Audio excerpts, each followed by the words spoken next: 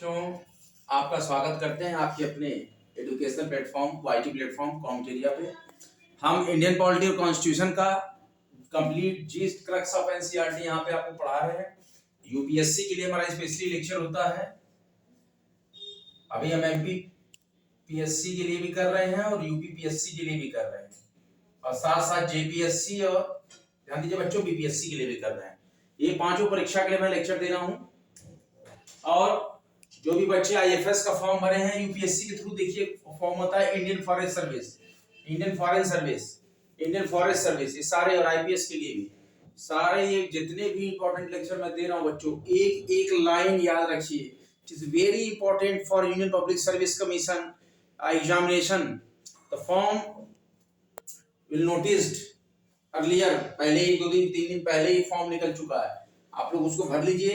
Examination की date मैं आपको कल बता दूंगा या अपनी कम्युनिटी में डाल दूंगा। देखिए चैप्टर 19 है हमारा जन संघर्ष एवं राजनीतिक व्यवस्था, जिसमें हम लोकतांत्रिक राजनीति के बारे में पढ़ रहे हैं। हम इसका समावेश कर रहे हैं इस चैप्टर का, चैप्टर 19 का। इसके बाद 20, 21, 22, इसके बाद 6 to 12 की पूरी complete Indian polity yeast of NCERT complete हो जाएगी। इसके बाद हम लोग थ्रू बुक्स पढ़ेंगे पूरी इंडियन पॉलिटी की।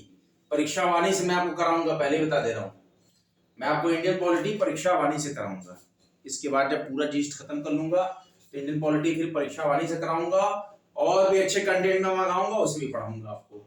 तो आप लोग को बहुत बहुत शुभकामनाएं हो। जो भी विद्यार्थी आज पूरी तरीके से सफलतापूर्वक पुलिस की एग्जाम सफल हो गई, 22 नकलची जो कि प्रयास में थे पेपर आउट कराने के, 22 नकलची, आज अमर उजाला वाराणसी में दिया है खबर, 22 नकलचियों को पहले ही था दबोचा गया एक दिन पहले, और फर्स्ट वाले डे भी, उसके पहले भी 24 नकलची और धराए हैं। तो पकड़ा गए कुल नकलची जितने भी पेपर आउट कराने के फिराक में थे।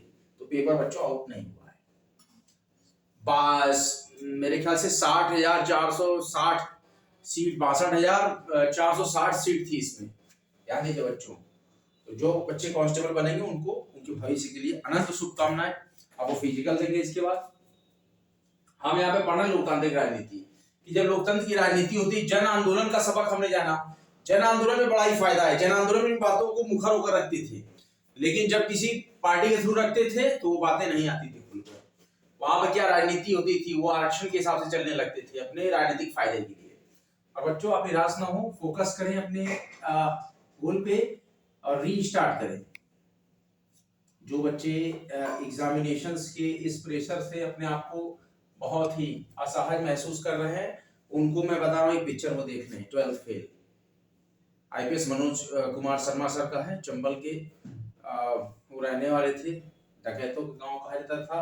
और अभी मैंने खबर पढ़ी है यूपी पीसीएस में एक बच्चा बहुत ही अच्छी रैंक लाया है, उसी गांव से, मनोज सर के ही गांव से। तो वो आईपीएस बने, ये बच्चा पीसीएस बना है।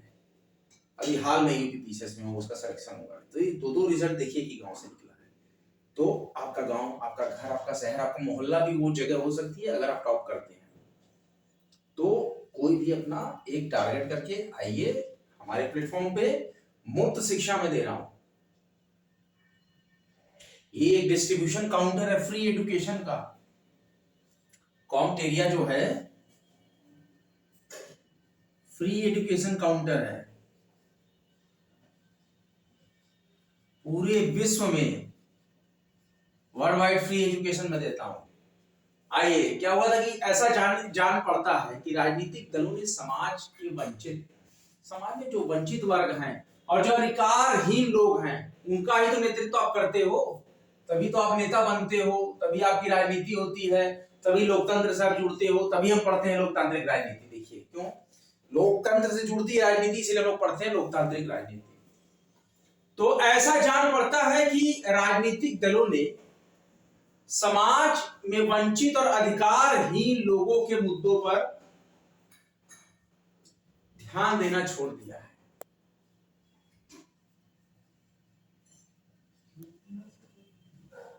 बच्चों हम इसको समराइज कर रहे हैं चैप्टर को, जन संघर्ष। लेकिन जन आंदोलन का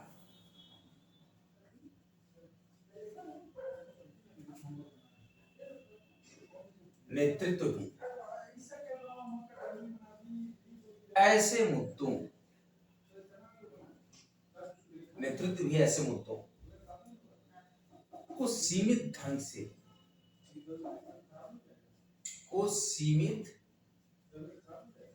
से ही उठा पाता है। ये एक जिम्मेदारी है जिसको उठाया जाता है लोकतंत्र की। ऐसा जान पड़ता है कि राजनीतिक दलों ने समाज में वंचित और अधिकारहीन लोगों के मुद्दों पर ध्यान देना छोड़ दिया है। पर जन आंदोलन का नेतृत्व भी ऐसे मुद्दों को सीमित ढंग से ही उठा पाता है। विगत वर्षों में राजनीतिक दलों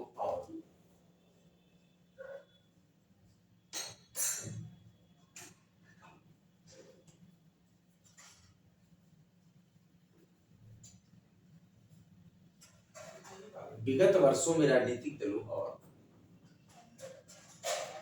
जन आंदोलनों का आपस में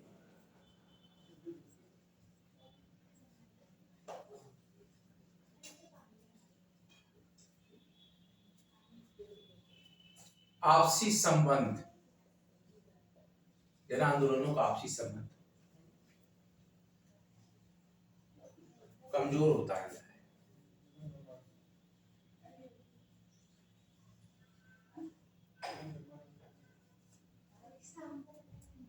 इससे राजनीति में एक शून्यपन था।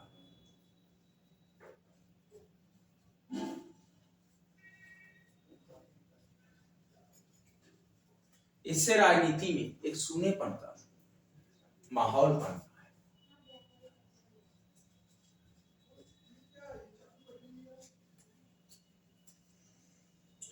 अभी का जो वर्ष चल रहा है, इन समय में देखें, आज का जो या आज से 4-5 साल पहले जो वर्ष था, उसकी अगर बात बच्चों में करें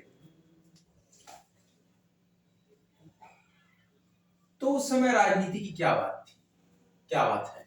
तो भारत की राजनीति में एक बड़ी समस्या है।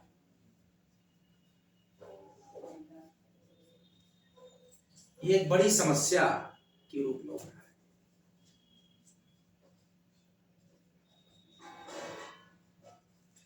हम बच्चों को तैयारी कराते हैं UPSC, MPPSC, UPPSC, JPSC, BPSC, IFS और आईपीएस। इसके अंतर्गत ही जो एग्जामिनेशन यहां पर हमारे कवर होते हैं, SSC, UP triple SC, RPSC, RSM, SSB और ईएमपी ऑनलाइन, सारी जितनी भी व्यवस्थाएं हैं, यही क्वेश्चन आते हैं कि हम पूरा क्रक्स आपको करा रहे हैं, पूरा आप जीस्ट ले रहे हैं, आत्मसात कर रहे हैं क्लास 6 से 12 की पूरी इंडियन पॉलिटी और कॉन्स्टिट्यूशन को और पॉलिटिकल रिव्यू को। एक एक प्रश्न शब्दशः जो अगर आता है तो एमपीपीसीएस में डायरेक्ट लेक्चर से आता है। ऐसे ही लाइन टू लाइन प्रश्नों को रख दिया रहता है। जो भी 4-5-10 क्वेश्चन फंसे तुम सीधे फंस गए। जनगणना किसने कराई, स्थानीय स्वशासन का स्थापना किसने किया, शुरुआत की, जो प्रश्न आए थे एमपीपीसी से मैंने देखा, स्वयं में देखा। तो इतनी अच्छी ये कमांड हो जाती है कि जब हम जीस्ट ऑफ एनसीईआरटी को through line to line break कर कर वहां से नोट्स का फॉर्मेशन करते हैं। मैं आपको फ्री एजुकेशन वर्ल्ड वाइड का ये जो प्रोग्राम है मेरा, और इसका महत्वपूर्ण टैगलाइन है स्टडी सिलेक्शन तक, और हमारा मोटो है study harder and harder achieve your goal. आपका वो गोल आपकी कठिन परिश्रम से, हमारे मार्गदर्शन से पूरा होता है। इसलिए मैं कहता हूं, मैं पढ़ाता नहीं, केवल समझाता हूं। I am not teacher, I am edu moderator, education moderator. एक मॉडरेट तरीके से, एक मोटिवेटर की तरह से मैं प्रोपेगेट करता हूं आपके माइंड को कि अगर कोई एग्जामिनेशन के टाइम में एट अ क्विक जो है ये कंफ्यूजन अगर क्रिएट हो रहा है, तो उस टाइम में ध्यान रखिए कि जब विद्यार्थी एग्जामिनेशन हॉल में जाके कंफ्यूज होता है तो उसको जीस्ट और क्रक्स ऑफ एनसीईआरटी में थोड़ी सी डिसिमिलैरिटीज थोड़े कंफ्यूजन वहां पर होते हैं, इसीलिए वो कंफ्यूज होता है। अदरवाइज जब बेस ही क्लियर है, क्वेश्चन कंफ्यूजन होना ही नहीं है, नहीं तो आएगा या तो नहीं है क्वेश्चन। अब यहाँ क्या कहानी है कि आधा समझ में आ रहा आधा नहीं आ रहा, इसका मतलब कि आपका कॉन्सेप्ट क्लियर नहीं है, कॉन्सेप्ट इज नॉट क्लियर। अपने माइंड को स्टेबल कीजिए, योग कीजिए, ध्यान लगाइए, शांत रहना सीखिए और आत्मसात कीजिए अपने विषय को। हमारा विषय है भारतीय संविधान एवं राजनीतिक व्यवस्था। फिर क्या कहता है कि ऐसा लगता है कि राजनीतिक दलों ने समाज में वंचित और अधिकारहीन लोगों के मुद्दों पर ध्यान देना ही छोड़ दिया है, लेकिन जन आंदोलन का नेतृत्व भी ऐसे मुद्दों को सीमित ढंग से ही उठा पाता है। अगर पिछले वर्षों की बात करें तो राजनीतिक दल और जन आंदोलन का आपसी संबंध कमजोर होता गया है, मतलब कम हो रहे आंदोलन, और इससे राजनीति में एक सूनेपन का माहौल बनता है। हाल के वर्षों की बात करें तो भारत की राजनीति में ये एक बड़ी समस्या के रूप में उभरा है, क्योंकि राजनीति की कोई मुद्दा नहीं मिल रहा है कि जन आंदोलन को प्रोपोगेट करें, उसको नेतृत्व मिला है। अब हमारे पास जो आखिरी ये हेडिंग है यहाँ पढ़ने के लिए, सूचना का अधिकार। जब जन संघर्षों की बात होती है तो वहां सूचनाओं के अधिकारों का आदान प्रदान भी एक महत्वपूर्ण भूमिका प्रदर्शित करता है। सूचना का अधिकार क्या था? सूचना के अधिकार का ध्यान दीजिए बच्चों, आप देख रहे हैं काउंट एरिया एजुकेशनल प्लेटफॉर्म। आंदोलन, हम जन आंदोलन पढ़ रहे हैं तो सूचना के अधिकार का आंदोलन, जन आंदोलनों के, हम जन आंदोलन के बारे में यहां पे अध्ययन कर रहे हैं। जन आंदोलनों की सफलता, सक्सेस ऑफ का एक महत्वपूर्ण, सूचना का अधिकार का आंदोलन जन आंदोलनों की सफलता का एक महत्वपूर्ण उदाहरण है। क्यों? आपको सारी सूचनाएं मिल जा रही हैं कि ये रोड क्यों टूटी हुई है, ये रोड किस मटेरियल से बनी है, जनता के लिए ये रोड किसने बनवाई है। अब प्रश्न देखिए आप क्या क्या उठा सकते हैं, कितना पैसा इस रोड को बनाने में खर्च हुआ है जनता का, सरकार के द्वारा। तो ये सारी जानकारी आपको सूचना के अधिकार से, राइट टू इंफॉर्मेशन से मिल जाती है। और ये आंदोलन, सूचना का अधिकार जो आंदोलन है कैसा है, बहुत ही अच्छा है, पावर आपके हाथ में है। ये आंदोलन सरकार से एक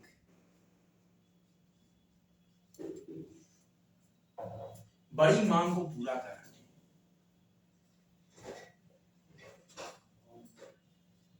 सरकार से एक बड़ी मांग को पूरा कराने में सफल है।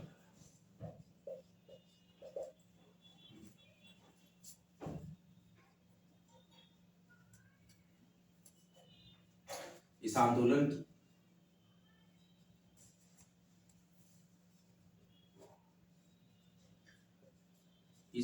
की शुरुआत 1990 में, इस आंदोलन की शुरुआत सूचना का अधिकार 1990 में हुई। शुरुआत हमने कर दी थी, लेकिन हमको मिला पावर 2005 में। वह इसका नेतृत्व हुई, वह का मतलब और इसका नेतृत्व किया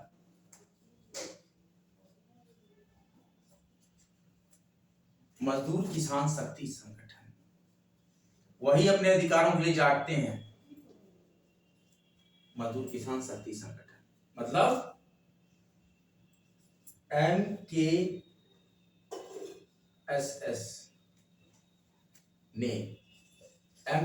ने इसका नेतृत्व मजदूर किसान शक्ति संगठन ने किया। किसका? सूचना का अधिकार। राजस्थान में काम कर रहे, अब भूमिका देख लीजिए,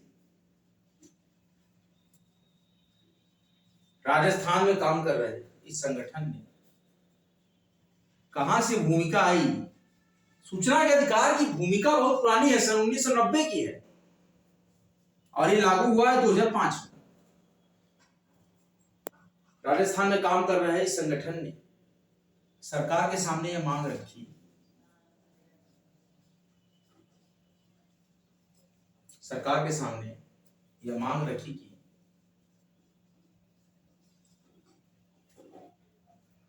अकाल राहत कार्य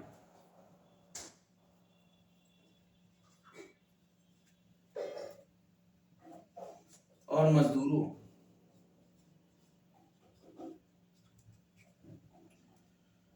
को दी जाने वाली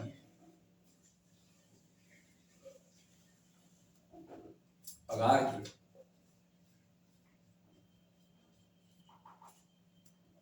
रिकॉर्ड का सार्वजनिक पगार के रिकॉर्ड का सार्वजनिक, सबको पता लगना चाहिए आप क्या पगार दे रहे हैं मजदूरों को, श्रमिकों को, सार्वजनिक खुलासा किया जाए। आप 2 रुपया देते हैं और बताते हैं 5 रुपया, तो ये छल है। तो सूचना का अधिकार मतलब अपने अधिकारों के प्रति सूचना लेना, इसलिए राजस्थान के इस मजदूर संगठन MKSS मजदूर किसान शक्ति संगठन ने राजस्थान में काम कर रहे संगठन ने सरकार के सामने मांग रखी, अकाल राहत कार्य और मजदूरों को दी जाने वाली पगार के रिकॉर्ड का सार्वजनिक खुलासा किया जाए। ये मांग राजस्थान की,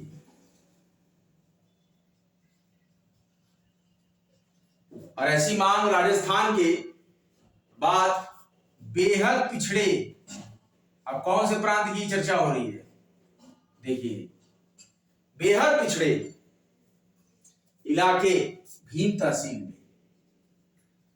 इलाके कौन सा तहसील है, भीम तहसील, ध्यान दीजिए बच्चों, बेहद पिछड़ा इलाका भीम तहसील में सबसे पहले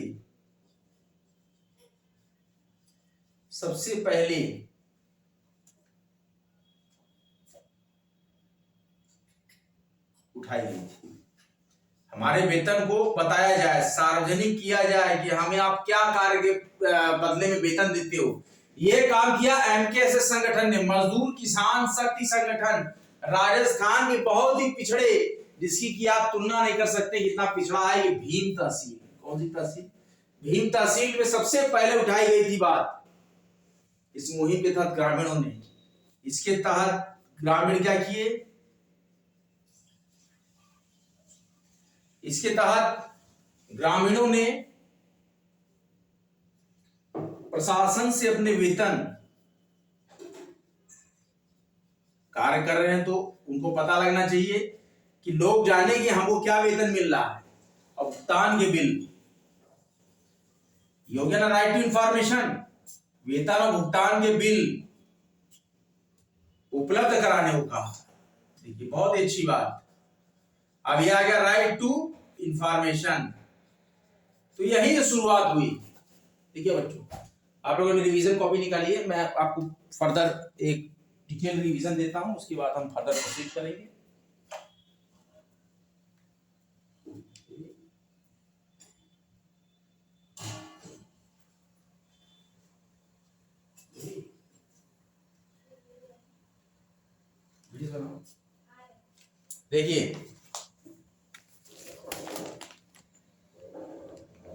देखिए बच्चों क्या होगा इसमें, आशा है कि आपको बहुत ही स्पष्ट दिख रहा होगा। ये देखिए,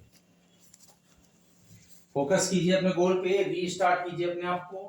कोई परीक्षा में सफलता के बाद त्वरित सफलता के लिए फिर से तुरंत रिचार्ज हो जाइए।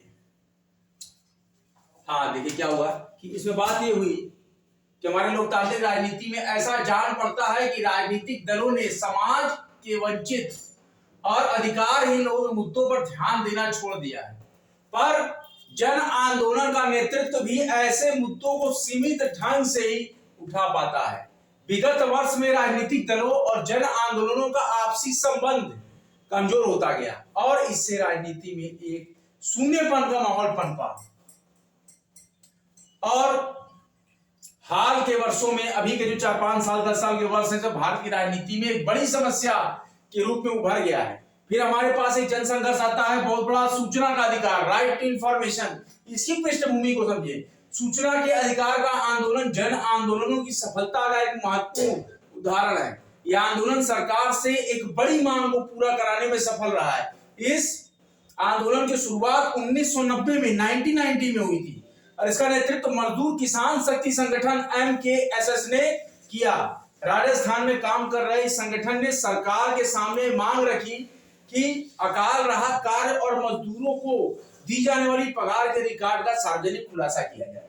और ये मांग राजस्थान के बाद बहुत ही बेहद, ये मांग राजस्थान के बेहद पिछड़े इलाके भीम तहसील में सबसे पहले उठाई गई थी कि हम जो अकाल कार्य कर रहे हैं, अकाल राहत कार्य, तो उसमें जो मजदूरी कर रहे हैं तो हमारे वेतन का हमको और सारी जनता को पता होना चाहिए कि आप हमें वेतन क्या दे रहे हो। तो बेहद पिछड़े इलाका भीम तहसील में सबसे पहले उठाई गई ये बात, और इसके तहत ग्रामीणों ने प्रशासन से अपने वेतन और भुगतान के बिल उपलब्ध कराने को कहा। क्या करने को कहा? बिल उपलब्ध कराने को कहा। किसने कहा?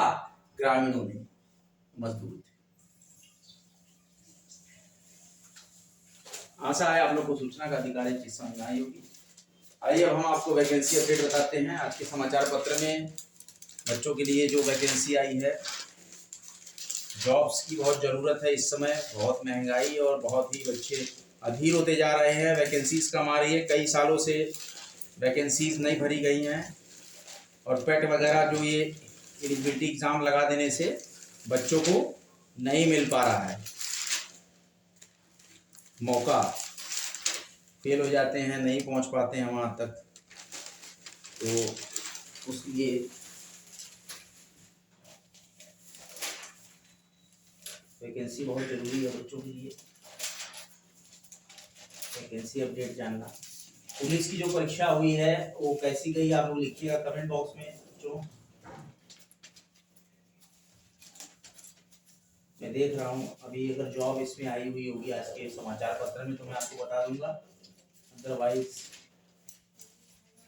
कल के पेपर में तो जॉब के बारे में आपका निकलेगा। देखिए आज के पेपर में कोई जॉब नहीं दी इन्होंने। ठीक है बच्चों, तो आज का सेशन यहीं तक। आप लोग इसको अच्छे से पढ़ लीजिएगा कि सूचना के अधिकार में क्या था कि एक आंदोलन, जन आंदोलन की सफलता का महत्वपूर्ण उदाहरण है सूचना का अधिकार इस आंदोलनों का, और यह आंदोलन सरकार से एक बड़ी मांग को पूरा कराने में सफल रहा है। और इस आंदोलन की शुरुआत 1990 में हुई थी और इसका नेतृत्व मजदूर किसान शक्ति संगठन MKSS ने किया था।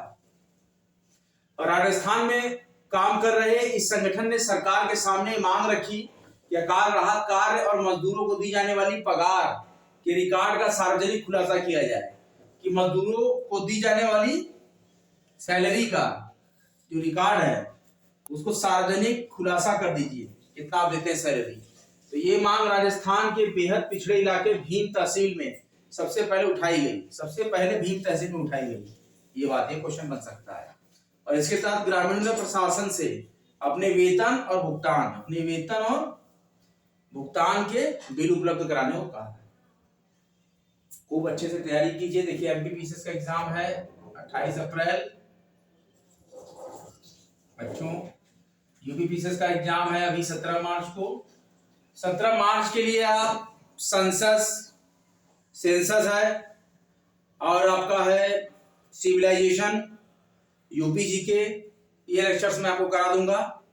एग्जामिनेशन जब नजदीक आएगा तो मैं आपको सेंसस करा दूंगा, UPG के करा दूंगा, करंट करा दूंगा, करंट के प्रैक्टिस सेट करा दूंगा मैं आपको। नवंबर का करंट मैंने आपको कराया था, अब दिसंबर, जनवरी, फरवरी, खैर अभी तो आपको काफी करंट पढ़ना होगा, 6 महीने का मैं करा दूंगा।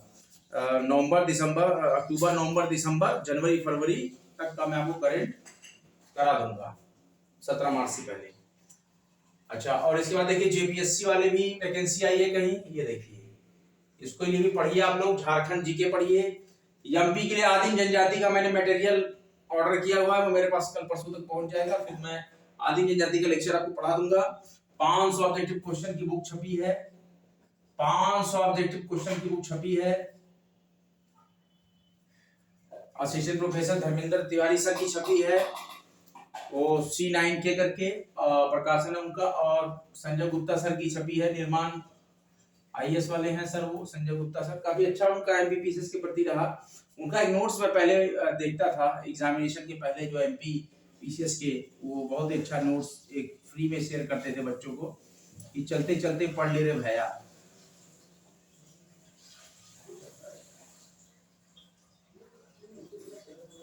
काफी अच्छे और सहायक टीचर जो कि बहुत ही सहायक सिद्ध हुए एमपीपीएसएस के परीक्षा में बच्चों के लिए।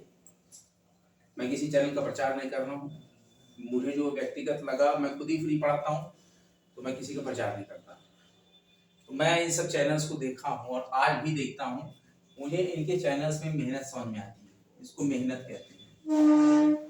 बच्चों के प्रति एक समर्पण है इन टीचर्स के अंदर। ये 2 टीचर्स की जब मैं नाम ले रहा हूँ, हालांकि सोशल मीडिया पे नाम लेना तो आप कुछ दूसरा अर्थ निकालेंगे, लेकिन assistant professor Dharmendra Tiwari sir की जो बुक्स आती हैं एमपी मध्य प्रदेश, वो भी मुझे अच्छी लगी, मैंने देखा है। और एक हमारे पास से एमपीपीएसएस के टॉपर हैं, सिलेक्टेड हैं, मैं उनकी नाम बताऊंगा। मैं उनकी बुक्स कभी कभी पढ़ता हूँ एमपीजीके की, काफी अच्छा मुझे उनका बुक्स लगता है। टाटा मैकग्रा-हिल प्रकाशन से उन्होंने छपवाया था, 2017 में आई थी वो बुक, आई थी, मैंने 19 या 20 वाले में मंगाया हुआ था। और एक संजय गुप्ता सर है निर्माण आईएएस वाले, वो एमपीपीएसएस का भी मटेरियल और बुक्स निकालते हैं हर यूनिट की, काफी अच्छा मुझे इन दोनों का मटेरियल लगता है। तो और भी अच्छे प्रकाशन है, लेकिन मैंने ये 2 प्रकाशन देखे हैं और मैं काफी देखा था। बेरा एग्री मैंने पढ़ी थी, एसटीएससी वाली जो पहले आता था, सांविधिक और संवैधानिक निकाय का भी मैंने मटेरियल पढ़ा था। एमपी का काफी अच्छे कंटेंट्स छपते हैं, क्रॉनिकल में भी काफी अच्छे एमपीपीएसएस के मटेरियल कभी कभी निकालता है। तो आप लोग क्रॉनिकल, सिविल सर्विस क्रॉनिकल एक मैगजीन आती है, सिविल सर्विसेज क्रॉनिकल सीएससी, इसको आप लोग पढ़िए, बड़ी मजेदार है। अगर पूरे महीने पढ़ने का समय हो और पूरी तल्लीनता से तैयारी कर रहे हैं कि आपके पास पूरा का पूरा आपके पास समय है, 14 घंटे पढ़ने के लिए है, तो आप सीएससी पढ़िए, सिविल सर्विसेज क्रॉनिकल पूरा नोट्स पढ़िए और रोज 2 घंटे आप सीएससी को पढ़िए, सिविल सर्विसेज क्रॉनिकल। इससे यूपीएससी को क्रैक करने में काफी सहायता मिलेगी। जो भी यूपीएससी पैटर्न क्वेश्चन पेपर बन रहे हैं इस राज्यों में प्रांतीय पीसेस के, तो बहुत ही फायदा मिलेगा। Study harder and harder, achieve your goal, study selection तक। और फ्री एजुकेशन वर्ल्ड वाइड का आपका ये चैनल, इंडियन पॉलिटी कॉन्स्टिट्यूशन का वाईटी चैनल, और हमने फेसबुक पर भी सेम एक पेज बनाया है कॉम्पिटिटिव, और एक हमने लॉ के बच्चों के लिए, जुडिशरी एडवोकेसी और एपीओ की तैयारी के लिए बनाया है विधि चर्चा कॉम्पिटिटिव। वो अलग पेज है, वो विधि की चीजें पढ़ाता है कंपटीशन की। अभी उस पर हरियाणा जुडिशरी की तैयारी में करा रहा हूँ। और कॉम्पिटिटिव सेम COMP एक स्पेस लगा के TER आएंगे, तो कॉम्पिटिटिव जो है सेम यहाँ पे वाईटी पे है और एक फेसबुक पेज भी है। ये लेक्चर में वहां भी अपलोड करता हूँ, दोनों जगह से आप लाभ ले सकते हैं। आज मैंने यूपी पुलिस का जो अभी लास्ट सेशन पेपर हुआ है, सेकंड सीटिंग आज का 18 तारीख की शाम का पेपर, मैंने कॉम्पिटिटिव फेसबुक पेज पे अपलोड कर दिया है, आप देख लीजिएगा। मेरे मोबाइल से कम्युनिटी नहीं अपलोड हो पा रही है अभी फेसबुक से यूट्यूब की, तो इसलिए मैं अभी इस पे कम्युनिटी नहीं अपलोड कर पा रहा हूँ, लेकिन मैं फेसबुक पेज पे अपने अपलोड कर रहा हूँ फोटोज। आई थिंक 21 फोटो में, वो पूरी फोटो फॉर्मेट में हमने यूपी पुलिस कांस्टेबल का अभी जो लास्ट सीटिंग हुई है इवनिंग वाली 3 से 5 वाली 18 की, वो हमने अपलोड कर दी है क्वेश्चन पेपर। जो बच्चे क्वेश्चन पेपर नहीं देख पाए हैं वो वहां से देख सकते हैं FB पेज से। आज का लेक्चर यही तक, अगला लेक्चर लेकर बच्चों आपके समक्ष फिर हाजिर होऊंगा। तब तक के लिए जय हिंद, जय भारत। वीडियो को लाइक कीजिएगा, शेयर कीजिएगा और कॉम्पिटिटिव चैनल को सब्सक्राइब कीजिएगा। सभी यूपी पुलिस कैंडिडेट्स को मेरी तरफ से उनके उज्जवल भविष्य के लिए और सिलेक्शन के लिए हार्दिक शुभकामनाएं।